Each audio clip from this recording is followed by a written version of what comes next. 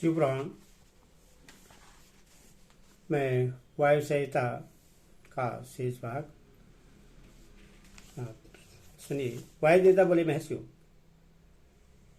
19वें कल्प का नाम श्वेत लोहित कल्प समझना चाहिए। उसी कल्प में चतुर्मुख ब्रह्मा ने सृष्टि की कामना से तपस्या की। उनकी उस तीव्र तपस्या से संतुष्ट हो स्वयं उनके पिता देव महेश्वर ने उन्हें दर्शन दिया। वे दिव्य कुमारावस्था से युक्त रूप धारण करके रूपवान में श्रेष्ठ श्वेत नामक मुनि होकर दिव्य वाणी बोलते हुए उनके सामने उपस्थित हुए। वेदों के अधिपति तथा सबके पालक पिता महेश्वर का दर्शन करके गायत्री से ब्रह्मा जी ने उन्हें प्रणाम किया और उन्हीं से उत्तम ज्ञान पाया। ज्ञान पाकर विश्वकर्मा चतुर्मुख ब्रह्मा संपूर्ण चराचर भूतों की सृष्टि करने लगे। साक्षात परमेश्वर शिव से सुनकर ब्रह्मा जी ने अमृत स्वरूप ज्ञान प्राप्त किया था, इसलिए मैंने तपस्या के बल से उन्हीं के मुख से उस ज्ञान को उपलब्ध किया। मुनि ने पूछा, आपने वह कौन सा ज्ञान प्राप्त किया जो सत्य से भी परम शक्ति एवं शुभ है तथा जिसमें उत्तम निष्ठा रखकर पुरुष परमानंद को प्राप्त करता है? वायु देवता बोले, महर्षि, मैंने पूर्व काल में पशुपास और पशुपति जो ज्ञान प्राप्त किया था, सुख चाहने वाले पुरुष को उसी में ऊंची निष्ठा रखनी चाहिए। अज्ञान से उत्पन्न होने वाला दुख ज्ञान से ही दूर होता है। वस्तु के विवेक का नाम ज्ञान है। वस्तु के 3 भेद माने गए हैं। जड़ प्रकृति को कहते हैं, चेतन जीव को कहते हैं और उन दोनों का नियंता परमेश्वर। इन्हीं तीनों को कर्म से पास, पशु तथा पशुपति कहते हैं। तत्व के पुरुष प्राय इन्हीं 3 तत्वों को सर, अक्षर तथा उन दोनों से अति कहते हैं। अक्षर ही पशु कहा गया है। सर तत्व का नाम पास है तथा सर और अक्षर दोनों से परे जो परम तत्व है उसी को पति या पशुपति कहते हैं। प्रकृति को ही सर कहा गया है। पुरुष जीव को ही अक्षर कहते हैं और जो इन दोनों को प्रेरित करता है वह सर और अक्षर दोनों से भिन्न तत्व परमेश्वर कहा गया है। माया का ही नाम प्रकृति है। पुरुष उस माया से आवृत है। मल और कर्म के द्वारा प्रकृति का पुरुष के साथ संबंध होता है। शिव ही इन दोनों के प्रेरक ईश्वर हैं। माया महेश्वर की शक्ति है। चित स्वरूप जीव उस माया से आवृत है।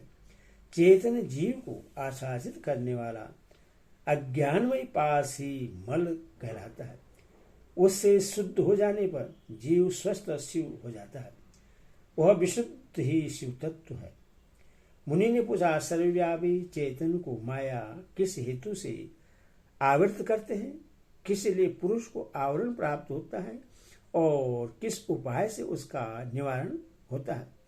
वायु देवता बोले, व्यापक तत्व को भी आंशिक आवरण प्राप्त होता है क्योंकि कला आदि भी व्यापक है। भोगने के लिए किया गया कर्म ही उस आवरण में कारण है।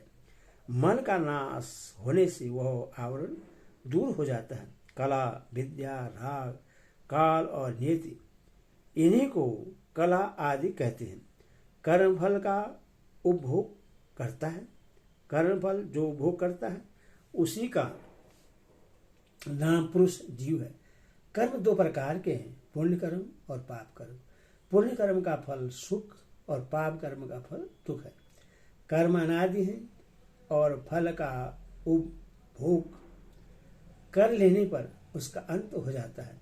यदि भी जड़ कर्म का चेतन आत्मा से कुछ संबंध नहीं है तथा भी अज्ञानवश जीव ने उससे अपने आप में मान रखा है।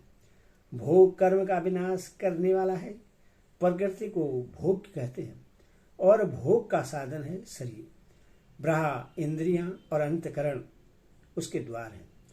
अतिशय भक्तिभाव से उपलब्ध हुए महेश्वर के कृपा प्रसाद से मल का नाश होता है और मल का नाश हो जाने पर पुरुष निर्मल शिव के समान हो जाता है। विद्या पुरुष की ज्ञान शक्ति को और कला उसकी क्रिया शक्ति को अभिव्यक्त करने वाली है।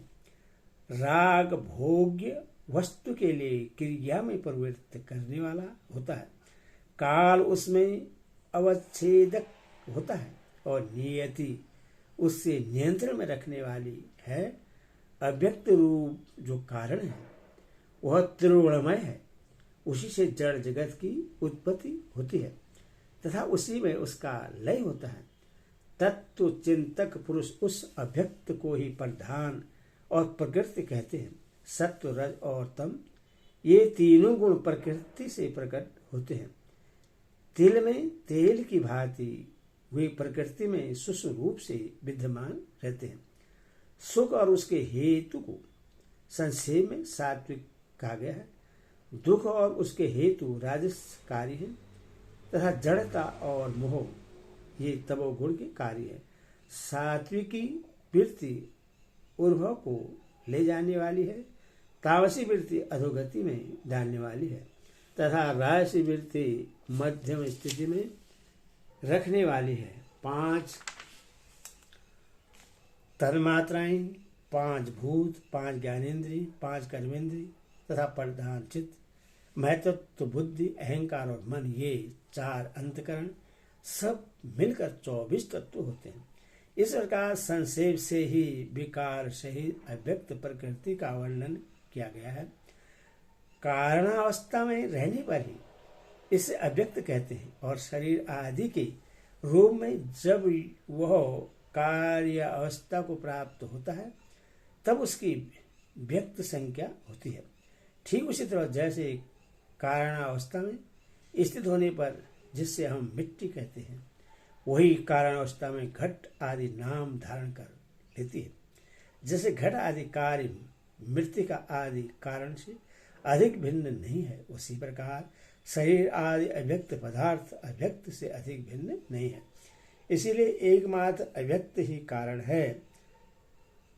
अव्यक्त ही कारण करण उनका आधारभूत शरीर तथा भोग वस्तु है, दूसरा कोई नहीं। मुनियों ने पूछा, प्रभु बुद्धि इंद्रिय और शरीर से व्यतिरिक्त किसी आत्मा नामक वस्तु की वास्तविक स्थिति क्या है? वायु देवता वाले महर्षियों, सर्वव्यापी चेतन का बुद्धि इंद्रिय और शरीर से पार्थक्य अवश्य है। आत्मा नामक कोई पदार्थ निश्चय ही विद्यमान है, परंतु उसकी सत्ता में किसी हेतु की उपलब्धि बहुत ही कठिन है। सत्पुरुष बुद्धि इंद्रिय और शरीर को आत्मा नहीं मानते, क्योंकि स्मृति बुद्धि का ज्ञान अनियत है तथा उससे संपूर्ण शरीर का एक साथ अनुभव नहीं होता। इसीलिए वेदों और वेदांतों में आत्मा को पूर्वानुभूत विषयों का स्मरण करता संपूर्ण शेय पदार्थों में व्यापक तथा अंतर्यामी कहा जाता है। यह न स्त्री है, न पुरुष है और न पुंसक ही है, न ऊपर है, न अगल बगल में है, न नीचे है और न किसी स्थान विशेष में है। यह संपूर्ण चल शरीर में अविचल निराकार एवं अविनाशी रूप में स्थित है। ज्ञानी पुरुष निरंतर विचार करने से उस आत्म स्वरूप का साक्षात्कार कर पाते हैं।